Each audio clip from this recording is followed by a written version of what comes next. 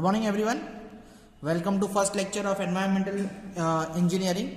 पहले तो आप सबका सभी को स्वागत है 6 सेम में। और एनवायरमेंटल इंजीनियरिंग आपका 6 सेम में एक सिलेबस है जिसका कोड है अपना 316061। ठीक है, हमारा जो नया कोड है वो है 306061। क्लियर? तो आज हम अपने जो सिलेबस है उसके अंदर थोड़ा देखेंगे। आज का जो सेशन रहेगा वो इंट्रोडक्शन सेशन रहेगा, उसके सिलेबस के बारे में डिस्कशन करेंगे, है ना। और फिर अपन थोड़ा एक चैप्टर के बारे में देखेंगे, जितना हो सकता है उतना करेंगे। ठीक है, चलो स्टार्ट करते हैं। इंट्रोडक्शन में मैं आपको बता देता हूँ कि अगर आप यहाँ पे देखेंगे तो ये सिलेबस की मैंने एक कॉपी निकाल के रखी है। ठीक है, ये GTU का सिलेबस है। GTU की तरफ से जो सिलेबस आया है हमको इस बार, जैसे कि ये मैंडेटरी कोर्स है। ठीक है, एनवायरमेंटल एक मैंडेटरी कोर्स है कि इसके अंदर आपको क्या मिलेगा। तो रेशनल इसके अंदर क्या रहेगा कि ड्रिंकिंग वाटर बेसिक नीड होती है ह्यूमन की, तो वो एक सब्जेक्ट है हमारे सिविल इंजीनियरिंग का। हमको water supply, waste water supply, इन सब के बारे में, अपने सोशल हाइजीन के बारे में और हमारे सीवेज के हाइजीन के बारे में हम सबको ही ख्याल रखना है। मतलब सबसे ज़्यादा इम्पोर्टेंट ये जो कंस्ट्रक्शन काम होता है इसका, सीवेज और वाटर सप्लाई का, वो हमारे सिविल इंजीनियरिंग के ऊपर डिपेंड करता है। ठीक है, नॉट ओनली सीवेज और वाटर सप्लाई के रिलेटेड ये सब्जेक्ट रहेगा, इसके आगे आपको वो भी देखने के लिए मिलेगा कि हमारे कंस्ट्रक्शन के द्वारा कितना एयर पोल्यूशन या नॉइज पोल्यूशन होता है और उसको हम किस तरीके से कंट्रोल कर सकते हैं, उसके बारे में भी हम इस सब्जेक्ट के अंदर पढ़ने वाले हैं। ठीक है, जैसे कि आप यहाँ पे देख सकते हैं कि टीचिंग स्कीम में अगर आप देखेंगे तो 3 लेक्चर वीक के रहेंगे और 2 प्रैक्टिकल के लेक्चर्स रहेंगे। ठीक है, 2 प्रैक्टिकल के लेक्चर्स हो सकता है हम लोग बाद में कवर करें, पर इस बार हम क्या बोलते हैं कि फर्स्ट वीक से हम लोग क्या चालू कर रहे हैं, हम लोग लेक्चर स्टार्ट कर देते हैं। ठीक है, हम लोग प्रैक्टिकल का वेट नहीं करेंगे, है ना। फिर हमारे एग्जामिनेशन रहेगी वो किस तरीके से, तो थियरी के अंदर उसके 70 मार्क्स का क्वेश्चन आएगा, जो कि GTU का क्वेश्चन आप लिखते हैं। प्रैक्टिकल का मिड सेम के मार्क्स होंगे। ठीक है, 30 मार्क्स के मिड सेम होने वाली है। प्रैक्टिकल के मार्क्स जैसे आपका इंटरनल वाइवा होता है और एक्सटर्नल वाइवा रहता है, उसके 30 मार्क्स और इंटरनल के 20 मार्क्स, और आपके सबमिशन और अटेंडेंस के मिला के सारे जो मार्क्स होते हैं इंटरनल के, वो हम रखते हैं। वो होगा टोटल 150 में से आपका ग्रेड का बनने वाला है। ठीक है, तो इसका अगर आप ग्रेड देखेंगे तो 4 ग्रेड का, एक्चुअली 5 क्रेडिट का सब्जेक्ट है। यहाँ पे 4 लिखा हुआ है कि 3+2 5 होता है। ठीक है, तो यहाँ पे हो सकता है कि ओवर राइटिंग कर दियो, वैसे ये 5 क्रेडिट का सब्जेक्ट है। क्लियर? अब आप देख लो इसके अंदर कौन कौन से यूनिट्स आने वाले हैं। तो आप देखोगे तो सबसे पहला यूनिट लिखा है water supply and scheme system. ठीक है, इसके अंदर से इंट्रोडक्शन पार्ट निकाल दिया एनवायरनमेंट का, पर अपन एनवायरनमेंट का इंट्रोडक्शन पार्ट भी कवर करेंगे। क्लियर? क्योंकि हम लोग को पता होना चाहिए हम ये सब्जेक्ट पढ़ क्यों रहे हैं और एनवायरमेंटल होता क्या है, जिसके बारे में हम पढ़ रहे हैं और जिसके बारे में हम आगे जाकर डिटेल में करने वाले, तो हमको वो पता होना चाहिए कि हम एनवायरनमेंट एक्चुअली है क्या। तो वाटर सप्लाई एंड स्कीम के अंदर हमको इस बार नया सिलेबस में क्या दिया हुआ है, पिछली बार ये जो सब्जेक्ट है वाटर सप्लाई का, ये वेस्ट वाटर इंजीनियरिंग के अंदर आता था, water and waste water engineering के अंदर आता था। जो भी स्कीम रहती थी, इसकी लेआउट की स्कीम वगैरह, सोर्स ऑफ वाटर, बहुत सारे टॉपिक्स हैं जो नए ऐड कर दी हैं। Water treatment, water borne disease क्या होती है, वाटर एब्जॉर्प्शन क्या होता है, ठीक है, कितना क्या बोलते हैं, डिसमेंटल्स ऑफ वाटर क्या होते हैं, ये सब के सब ये वाले चैप्टर के हम लोग अंदर पढ़ने वाले हैं। ठीक है, एक्ट्स ऑफ वाटर प्रिवेंशन, वो भी हम इसके अंदर पढ़ने वाले हैं। ठीक है, सेकंड जो चैप्टर आपको दिख रहा होगा, sewage characteristic treatment and disposal. ठीक है, सीवेज के बारे में फिजिकल कैरेक्टरिस्टिक, केमिकल कैरेक्टरिस्टिक और बायोलॉजिकल कैरेक्टरिस्टिक्स क्या होती है। ठीक है, सीवेज के मेथड क्या होते हैं इंडियन स्टैंडर्ड के हिसाब से, डिस्पोजल ऑफ सीवेज क्या होता है, सेल्फ प्यूरिफिकेशन क्या होता है, ट्रीटमेंट प्लांट क्या होता है, फिर ट्रीटमेंट प्लांट का लेआउट क्या होता है, वो सब हम इसके अंदर पढ़ने वाले हैं। ठीक है, और फिर बाद में आएगा कलेक्शन ऑफ सीवेज। ये बहुत इंपॉर्टेंट चीज़ है। कलेक्शन ऑफ सीवेज के अंदर हमको पता चलेगा कि हम किस किस तरीके से कलेक्ट करते हैं और मैनेजमेंट किस तरीके से करते हैं हमारा क्या बोलते हैं सीवेज का। ठीक है, ये हमारी 3 यूनिट हो गई। फिर हमारी जो 4th यूनिट अगर आप यहाँ पे देखेंगे तो 4th यूनिट यहाँ पे है हाउस ड्रेनेज सिस्टम की। ठीक है, हाउस ड्रेनेज, किस तरीके से पानी हाउस के द्वारा ट्रैप के थ्रू कहाँ हमारे गटर से थ्रू हमारे वहाँ पे इकट्ठा करते हैं, उसके बारे में पूरा का पूरा हाउस ड्रेनेज का हमको एक चैप्टर पढ़ना पड़ेगा। ठीक है, फिर सॉलिड वेस्ट मैनेजमेंट। ठीक है, वो हमने सीवेज के बारे में पढ़ा था। सॉलिड वेस्ट मैनेजमेंट यानी पन्नी हो गई, पेपर्स हो गए, ठीक है, वो जो सॉलिड वेस्ट होते हैं ना, biometric solid waste, hazardous waste होते हैं, उनका जो मैनेजमेंट है वो हम लोग कैसे करते हैं, उसके बारे में हम ये वाले चैप्टर के अंदर पढ़ेंगे। ठीक है, फिर आता है air pollution and noise pollution. पहले एयर पोल्यूशन और नॉइज पोल्यूशन दोनों अलग अलग सब्जेक्ट चैप्टर्स थे, पर इस बार एक में डाल दिए, ठीक है, इसकी क्लासिफिकेशन, क्योंकि और ये सही भी किया है क्योंकि ये इतना इंपॉर्टेंट सब्जेक्ट, हालांकि इंपॉर्टेंट टॉपिक तो है, पर हमको जिन्हें सिविल इंजीनियरिंग में पढ़ना है उसके रिलेटेड ये बहुत सही तरीके से सिलेबस सेट किया गया है इन लोगों का, ठीक है। यहाँ पे अगर आप air pollution and noise pollution के बारे में देखेंगे तो उसकी क्लासिफिकेशन, एयर पोल्यूशन की सोर्सेज और फिर एयर पोल्यूशन की क्वालिटी एंड क्वांटिटी के बारे में यहाँ के अंदर बताया गया है, और act of air pollution and noise pollution के बारे में जो कि हम प्रिवेंशन के लिए यूज करते हैं उसके बारे में ये चैप्टर के अंदर हमको पढ़ने में आएगा। और एनवायरमेंटल इम्पैक्ट असेसमेंट, यानी किस तरीके से हम एनवायरमेंट को प्रोटेक्ट कर सकते हैं, ये जो लास्ट वाला चैप्टर है, अगर इसको आप सिर्फ रीड भी करेंगे तो आपको पता चल जाएगा कि किस तरीके से ये होने वाला है, ठीक है। डिस्ट्रीब्यूशन ऑफ थियरी अगर आप देखेंगे तो RLRUANEC इस तरीके का लेवल है। R is stand for remembrance, मतलब 10% हमको रिमेम्बर करना है, 25% हमको अंडरस्टैंडिंग करनी है, ठीक है, ये सब्जेक्ट की। यहाँ अगर आपको अभी क्लियर दिख रहा होगा तो पहले नहीं दिख रहा था। 30% इसका हमको एप्लीकेशन, मतलब एप्लीकेशन अप्लाई करना है, 30% इसको हमको अप्लाई करना है। एंड फॉर एनालाइज करना है हमको 15% एनालाइज करना है। ई फॉर यानी इवोल्यूशन करना है, इवोल्यूशन लेवल 10%, और सी यानी क्रिएट एंड एवब लेवल हमारा 10% रखा गया है इस सब्जेक्ट के लिए, ठीक है। रेफरेंसेस बुक अगर आप नीचे देखेंगे तो इसकी रेफरेंसेस बहुत सारी बुक्स दी गई है कि HSPV और DR राव, ठीक है, पर एनवायरमेंटल इंजीनियरिंग के लिए मैग्रो हिल की है, ठीक है, और मैग्रो हिल की इस पब्लिकेशन की बहुत सारी बुक्स अगर इसके अंदर आप देखेंगे टाटा के मैग्रो हिल की, तो बहुत सारी बुक्स दे के रखी है। पर मैं आपको जो बुक्स में से पढ़ाने वाला हूँ वो है महाजन की बुक है, और मैं RP रेठलिया की बुक का भी, अतुल प्रकाशन की बुक का भी इस्तेमाल करूंगा। तो जो भी कंटेंट आने वाला है मेरा वो मिक्स कंटेंट रहेगा, ठीक है। फिर कोर्स आउटकम देखेंगे तो वेटेज दिया हुआ है कि भाई कौन से सब्जेक्ट का, कौन से चैप्टर का कौन सा वेटेज है। तो वेटेज के हिसाब से अगर देखोगे तो 20% क्वांटिटी एंड क्वालिटी, यानी पहला चैप्टर अगर पब्लिक वाटर सप्लाई के अंदर देखेंगे वो 20% का वेटेज दिया हुआ है, ठीक है। 40% अगर आप वेटेज देखते हैं, सबसे हाईएस्ट वेटेज की बात करें तो design different unit of water and sewage treatment plant, ठीक है। तो डिजाइन जो है हमारी water and sewage treatment plant की वो 40% के अंदर इसके अंदर पूछी गई है, ठीक है, कंटेंट उसको दिया गया है। तो वो बहुत महत्वपूर्ण कंटेंट रहने वाला है हमारे लिए। और फिर उसके बाद अगर सेकंड मोस्ट इंपॉर्टेंट देखें तो quantity and quality of water requirement in public water supply, वो देके रखा गया है। फिर उसके बाद जो कंटेंट देके रखा है तो 2 में टाइप हुआ है इसके अंदर, interpret effect of water waste water characteristic in human health and environment, और जो सेकंड है 5th वाला है वो है analyse the effect of air and noise pollution human environment and development remedies and measures, ठीक है। 15% उसका देके रखा है। कौन से प्रैक्टिकल्स हम इस बार करने वाले हैं, तो पीएच टेस्ट करने वाले हैं। ऑलमोस्ट सारे प्रैक्टिकल सेम है पिछली बार की तरह, ठीक है। फिजिकल कैरेक्टरिस्टिक ऑफ वाटर जानने के लिए टर्बिडिटी टेस्ट करेंगे, कंडक्टिविटी टेस्ट करेंगे, और पीएच मीटर टेस्ट करने वाले, ठीक है। Analysis of solid content of water के लिए हम क्या करने वाले हैं, dissolve, settleable, suspended solid, total, inorganic solid, इन सब के बारे में अपन टेस्ट करने वाले हैं। Determinants of alkalinity and acidity के बारे में टेस्ट करने वाले हैं। हार्डनेस के बारे में, जो वाटर की हार्डनेस होती है उसके अंदर उसके बारे में टेस्ट करने वाले हैं। तो हार्डनेस के लिए total hardness, calcium and magnesium hardness का टेस्ट होगा। हो सकेगा अगर हमारी कॉलेज खुलती है तो हम लोग ट्राई करेंगे कि हम ये वाला टेस्ट है हम लाइव परफॉर्म करें, ठीक है, batch wise. Determinant of chloride का फॉर्म टेस्ट करने वाले हैं। फिर determination of optimise coagulation dose का, मतलब जाट टेस्ट होता है वो करने वाले हैं। केमिकल ऑक्सीडाइजेशन डिमांड टेस्ट, ये 3-4 दिन के टेस्ट होते हैं, तो इसको मैं आपको एक्सप्लेनेशन कर दूंगा। अगर 3-4 दिन अगर आप लोग आ सकते हैं तो उसके ये भी अपन करेंगे perform. Biochemical oxygen demand test करने वाले अपन। फिर determination of residue chloride in water के ऊपर टेस्ट करने वाले अपन। फिर बैक्टीरिया क्वांटिटी मेजरमेंट MPN के बारे में टेस्ट करेंगे। एम्बेडेड एयर क्वालिटी मॉनिटरिंग के बारे में टेस्ट करेंगे, और एम्बेडेड नॉइस मेजरमेंट के बारे में अपन टेस्ट करेंगे, ठीक है।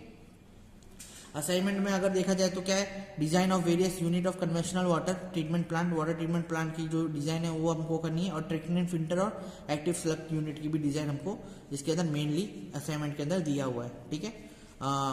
अगर मेजर इक्विपमेंट अगर इसके अंदर आप देखेंगे तो BOD incubators, COD incubators, hot air oven, muffle furnace, electronic balance हमारे पास पड़ा हुआ है। फिर जार टेस्ट एपरेटस है हमारे पास, pH, turbidity, TDS, conductivity meter है, साउंड लेवल मीटर भी है, हाई वॉल्यूम सैंपल और गैस एनालाइजर, ये थोड़ा नया आया है पर ये भी हमारे कॉलेज में अवेलेबल हो जाएंगे, ठीक है।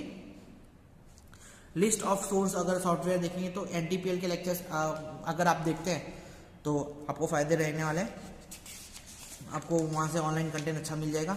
फिर ये सारी जो गवर्नमेंट की साइट्स हैं वहाँ पे जाके आपको इसके रिगार्डिंग बहुत सारी चीज़ देखने को मिल सकती है। ठीक है, तो गाइस ये था हमारा इंट्रोडक्शन पार्ट, सिलेबस डिस्कशन था हमारा जो हमने कर लिया। ठीक है, अब मैं आपको स्टार्ट करता हूँ इंट्रोडक्शन से। ठीक है, कल तो हमारा जो पहला टॉपिक है आज का वो है हमारा कंपोनेंट ऑफ एनवायरनमेंट। ठीक है, कंपोनेंट ऑफ एनवायरनमेंट क्या होता है? तो कंपोनेंट ऑफ एनवायरनमेंट से पहले हमको पढ़ना होगा कि व्हाट इज एनवायरनमेंट। तो जो मेरे हाथ के नीचे फर्स्ट ईयर में मैंने जब एनवायरनमेंट लिया था वो लोग पढ़े हैं शायद, मुझे याद नहीं है कि मैंने आप लोगों को एनवायरनमेंट पढ़ा है कि नहीं पढ़ा है, पर जो लोग हमारे नीचे पढ़े हैं उनको ये एनवायरनमेंट की डेफिनेशन पता होगी कि एनवायरनमेंट किसके कौन से वर्ड के ऊपर से डिराइव हुआ है। तो एक फ्रेंच वर्ड है एनवायरन, जिसका मतलब क्या होता है एन सर्कल और सराउंड। क्लियर? तो जो हमारा एनवायरनमेंट वर्ड है वो किसके ऊपर से डिराइव हुआ है? एनवायरन के ऊपर से डिराइव हुआ है। ठीक है,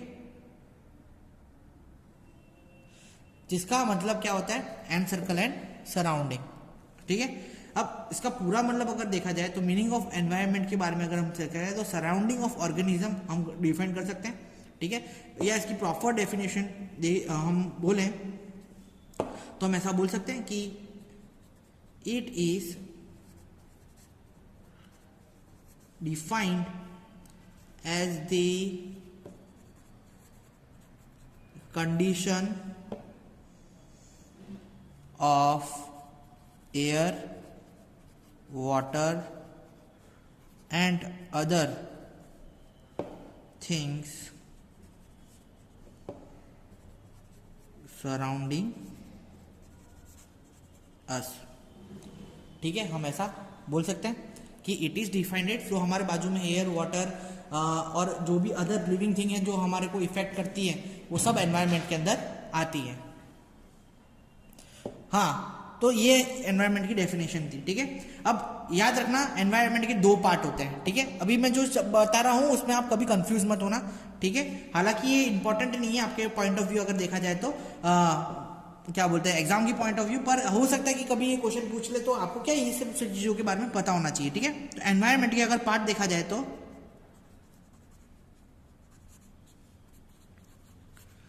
दो तरीके के एनवायरनमेंट के पार्ट है। ठीक है, सबसे पहला है बायोटिक और दूसरा है अबायोटिक। ठीक है, अब बायोटिक पार्ट क्या है? तो भैया biotic is dealing with living things. Okay, biotic part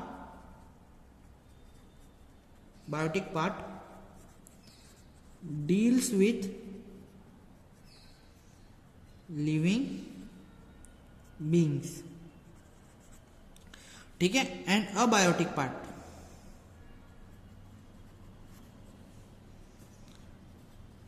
deals with non living beings.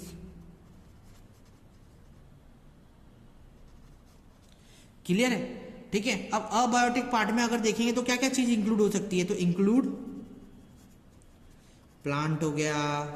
ठीक है, फिर प्लांट्स के बाद क्या हो जाएगा एनिमल्स, और कौन कौन सी चीजें हैं जो लिविंग बीइंग है? एनिमल्स, फिर बर्ड्स, माइक्रो ऑर्गेनिजम्स,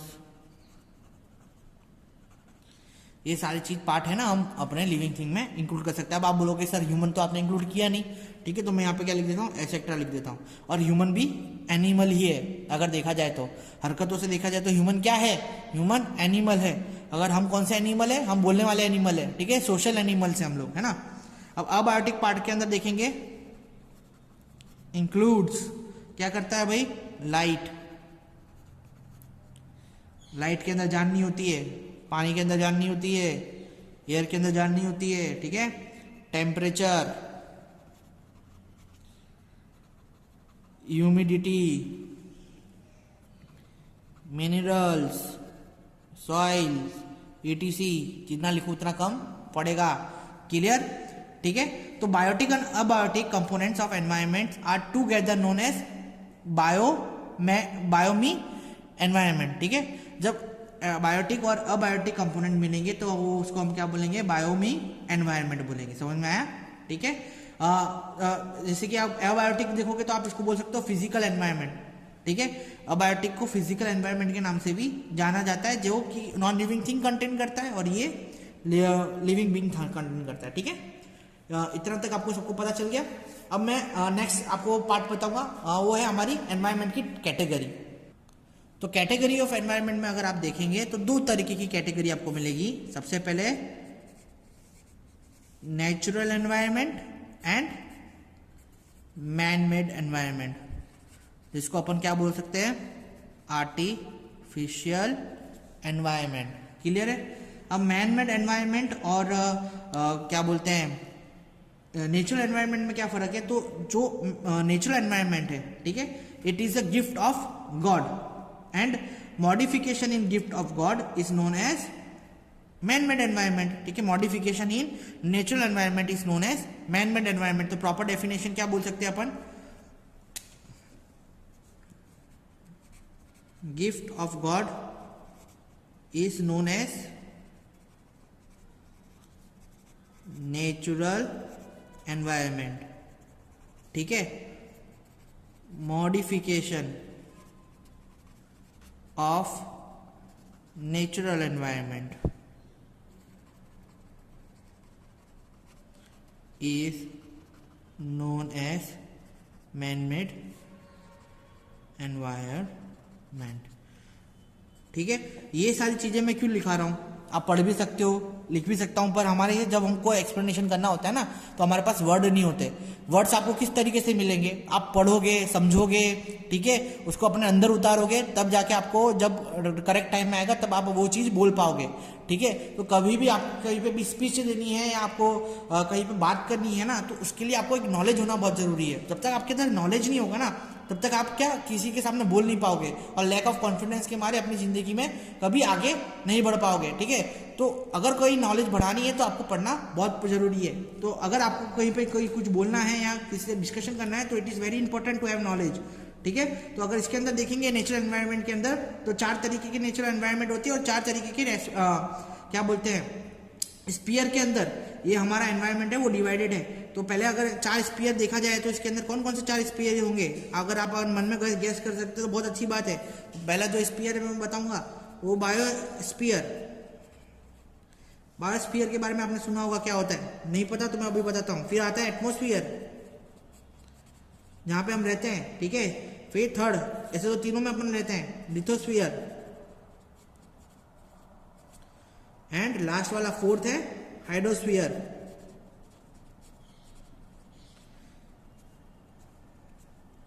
मीटिंग में ये पूछूंगा, याद रखना कौन कौन से स्पीयर?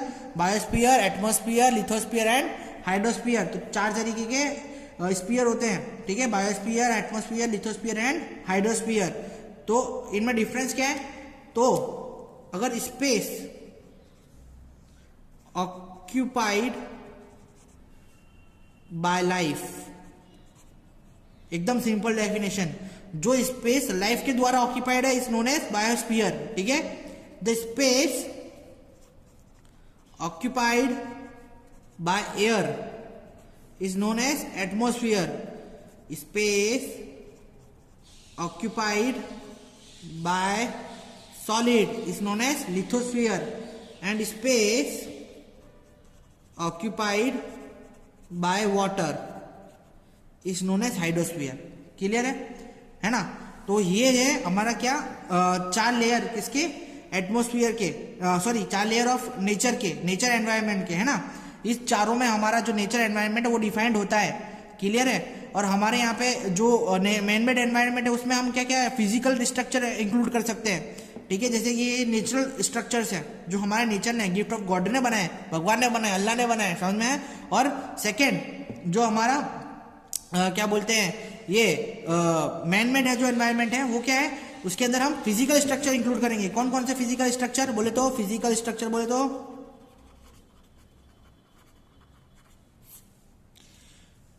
फिजिकल स्ट्रक्चर बोले तो जैसे कि डैम हो गया, डैम्स हो गए, कैनाल्स हो गई, क्लियर है। सेकेंड रोड हो गया, फिर रोड पे चलने वाला व्हीकल हो गया, है ना। फिर पावर सप्लाई हो गया, ये पावर प्लांट्स हो गए, अरे प्लांट की स्पेलिंग रॉन्ग हो गई, प्लांट्स हो गए, ठीक है। या बिल्डिंग हो गई जो अपन बनाते हैं। तो ये हमारे क्या है, फिजिकल स्ट्रक्चर।